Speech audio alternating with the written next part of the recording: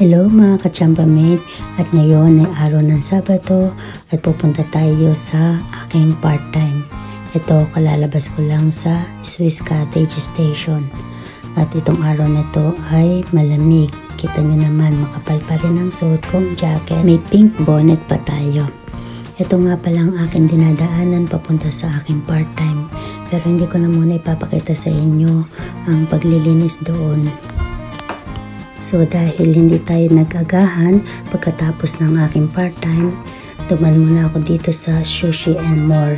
Japanese and Korean ang mga pagkain dito. Tinry ko nga pala ang kanilang beef bibimbap. At kumuha din pala ako ng shrimp gyoza. Mute ko muna ang ating video kasi maingay ang background. Maraming customer at busy yung oras na yan. So, ang aking part-time, nag-i-start ako ng 10 AM. So, umaalis ako sa bahay ng 8:30 yung aking train. So, nakakarating ako sakto lang ng 10 AM. And then, 3 hours yun. So, hanggang 1:00.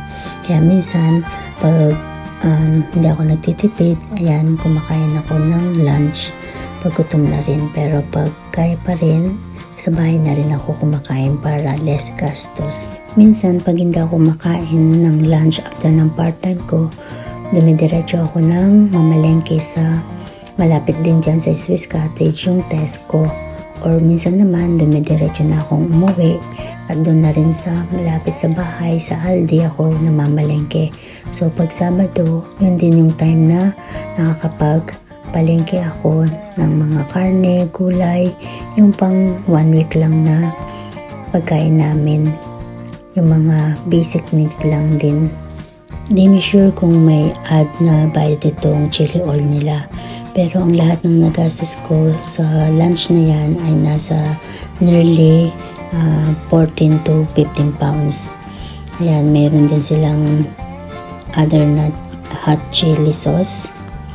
Masarap din naman ang beef bibimbap nila dito. So, ang kanyang ingredients, normal na may itlog, carrots, tapos yung zucchini or courgette, and then pepino, and then yung beef.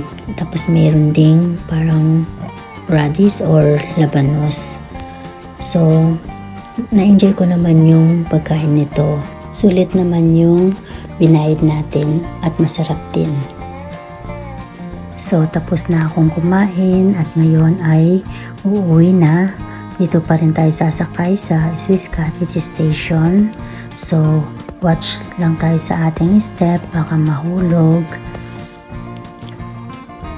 Dito na nagtatapos ang video na ito at mawawala na tayo ng signal sa underground. See you on our next video. Thank you mga kachamba mate. Please subscribe.